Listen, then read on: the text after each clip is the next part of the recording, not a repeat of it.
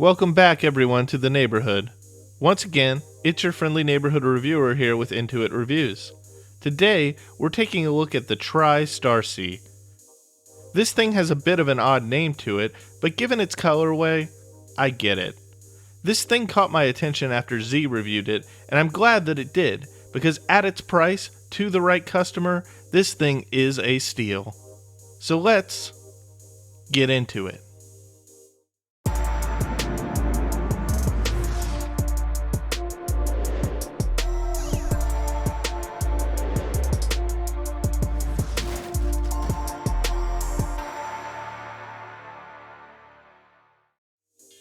So after watching Z's review, as per usual, I had almost zero idea what these things would sound like.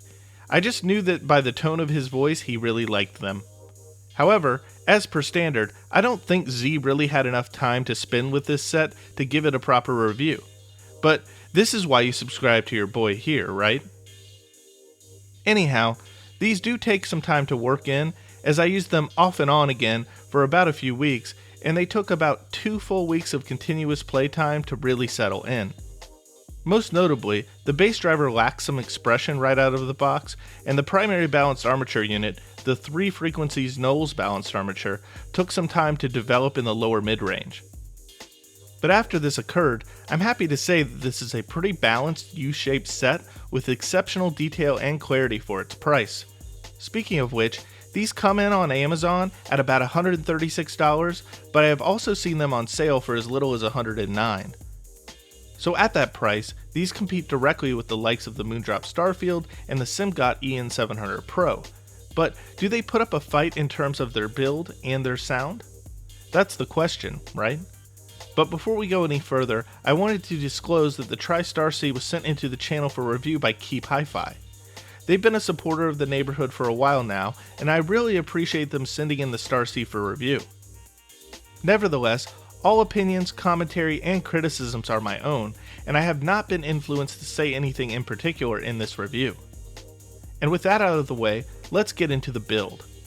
In my opinion, at this time, this is the premier build in the price range. The shell is constructed of a see-through purple resin with a purple, black, and blue swirled faceplate. The overall construction is lightweight and the fit is ergonomic. The shell itself is on the smaller size, and insertion depth of the nozzle is neither too shallow nor too deep. In general, I think that this will fit most people's ears and do so most comfortably. I can wear these all day without any comfort issues, and I barely realize that they're even there. The isolation on here is also superb. I was monitoring a stream of speakers with music blaring a few feet in front of me in a near-field environment, and I was amazed that I could not even hear the speakers themselves with these in my ears. They do not seem very isolative at first, especially when music is not playing, but once the music starts going, they are a set to note if isolation is one of your primary goals. The cable these come with is a very soft, comfortable, and easy to use silver-plated copper cable that initiates in a flush 2-pin connection and terminates in a straight 3.5mm jack. The chin slider on the cable is a disc of metal with 2 small holes in it for the left and right extensions, and it may be one of my favorite chin sliders on any cable to date. If I had one critique of this package here, it would be that I would have wished for the cable to have come with a 2.5mm balance cable rather than a 3.5mm cable as included in the box. Instead, I would have wished that they would have included a 2.5mm to 3.5mm adapter here for those that wish to run the set unbalanced. The package also comes jam-packed with a set of red and black foam tips, a yellow narrow board set of silicones, a red medium board set of silicones, and a black wider board set of silicones. The red tips were the most analytical and direct, and the yellow sounded most traditionally V-shaped to my ear, while the black offered the best tonal balance and was the most ambient, airy, and dimensional. As I preferred the latter sound signature the most, the tips I settled on for this set were the widest blackboard silicone versions, so all future sound commentary will be in consideration of that set. A silver gray hardshell carrying case with a magnetized lid and a switch tool were also provided in the package. So you get a very nice set of accessories here with your Starsea, especially for an IEM in this price range. So let's talk about the inside of the shell and the switches on the back.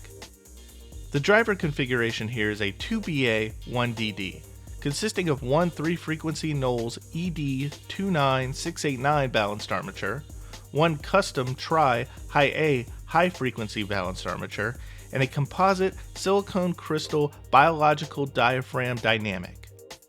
The micro switches on the back of the IEM toggle between 4 tuning modes: Amazing Bass, switch 1 up, switch 2 down; Exquisite Pure Tone, both switches down; Beautiful Vocals, switch 1 down, switch 2 up; and Balance Tuning, both switches in the up position.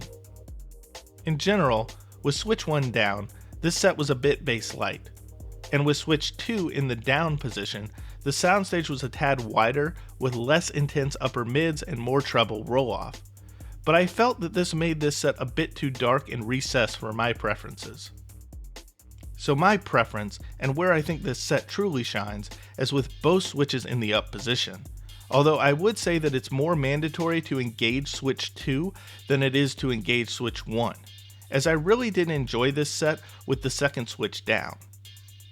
So all commentary will presume that both switches have been engaged, as I think most people will prefer this setting on this set.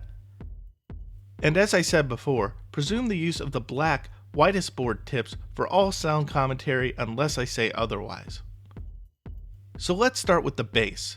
This is not the bassiest set in general, even with the bass switch engaged. These have open back, headphone levels of bass at best. The bass does have some mild sub-bass texture to it, and it is fairly balanced, but there's not a ton of mid-bass nor upper bass emphasis here, and macro dynamics are somewhat lacking in comparison to a lot of other IEMs.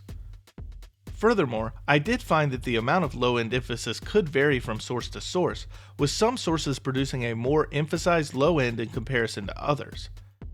Nevertheless, I felt that the low end was lean, but also sufficient for the majority of music, and it even surprised me on occasion when called upon to do so. For example, when played on the Centron Stackport HD, the track Destinations by Gustaffelstein pulled out more than enough low end from the Starsea, and although it is not always the most defined and won't satisfy everyone with its low end intensity on every track, the Starsea always seemed to prioritize bass quality over quantity, without any chance of ever bleeding into the rest of the mix. In contrast, microdynamics and transient reproductions were less source dependent and quite detailed overall, and should satisfy most listeners. With regard to the mids, the mid-range overall is decently forward enough, but upper mids are more forward than lower mids on occasion by a small but noticeable margin. However, compared to something like the Final Audio A4000, I'd say there's further low-end mid-range representation found in the Starsea than there is in that set. Yet, with specific regard to the vocals, vocal representation was consistently well-centered and generally at least a step more forward than the rest of the mix.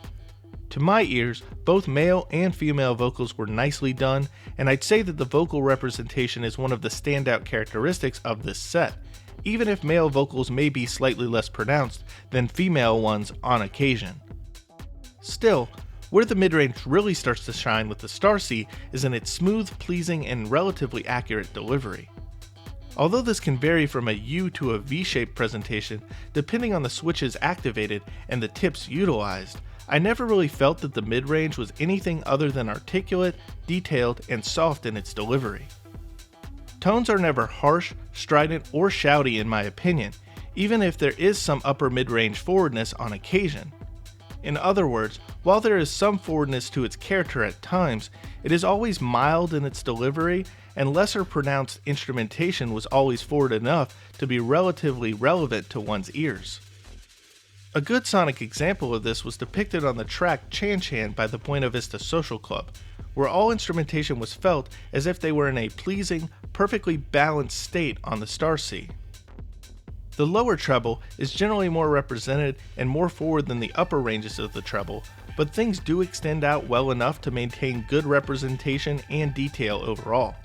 In other words, extension is good here, and there is some observable information to about 14K or so, but the lower treble is more forward with this information than the later treble. Because of this tuning, cymbals, hi-hat hits, and block strikes generally displayed good information, but were never piercing or overly striking or offensive in any way. Although I liked the top-end presentation of the FiiO FH3 as well, I would say that the Starsea's top-end was more consistent in its expression and representation, and less harsh on occasion. I would describe the overall treble experience of the Starsea as delicately crisp and softly detailed.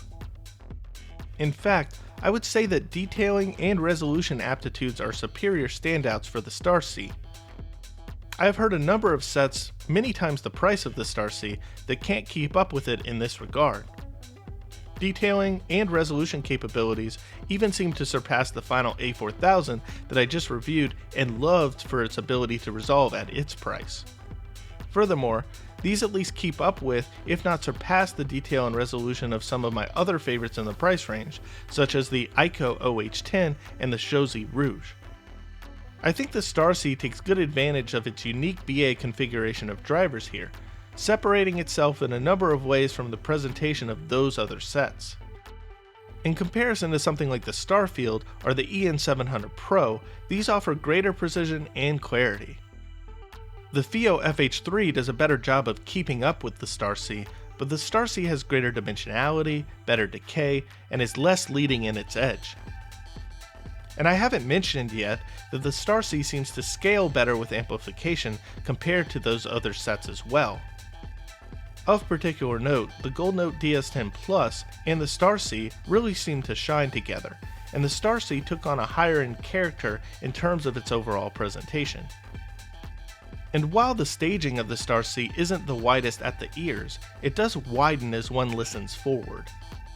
I would describe the stage as almost baseball diamond-like in shape, with greater layering, separation, and distinction of instruments occurring in front of the listener in dimensional space.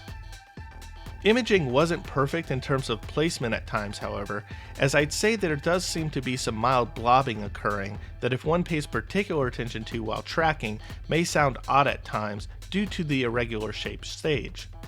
But the Starsea is better than a lot of other sets in this regard at the same time, and I think that very few people would be so picky as to find this to be a deal breaker on this set, as distinctiveness of the image and instrumentation as well as layering capabilities were top notch for the Starsea. So despite some slight imperfections, I still felt the stage of the Starsea came across as natural and well layered to the listener.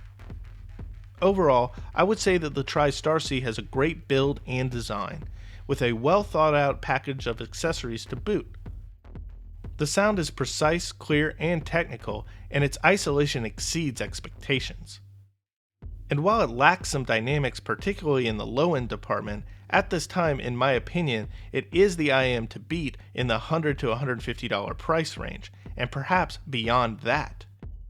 For example, even though I beat up on the Starsea for its dynamics in the low end, I found its dynamic presentation to be better than the Blessing 2's even. Other recommendations such as the Moondrop Starfield, SimGot EN700 Pro, The Audio Legacy 3, and FiiO FH3 may have their own cult followings at this point in time, but I think it's only a matter of time for the Starsea to catch up, as those who value resolution and clarity the most will be the most attracted to this set instead.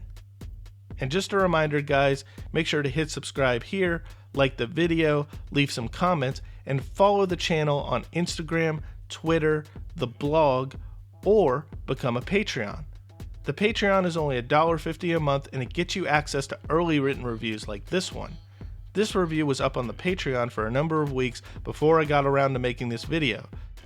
So if you want to be one of the first ones to access the information here, or you just want to show your support for the channel, make sure to become a Patreon as it's only $1.50 a month.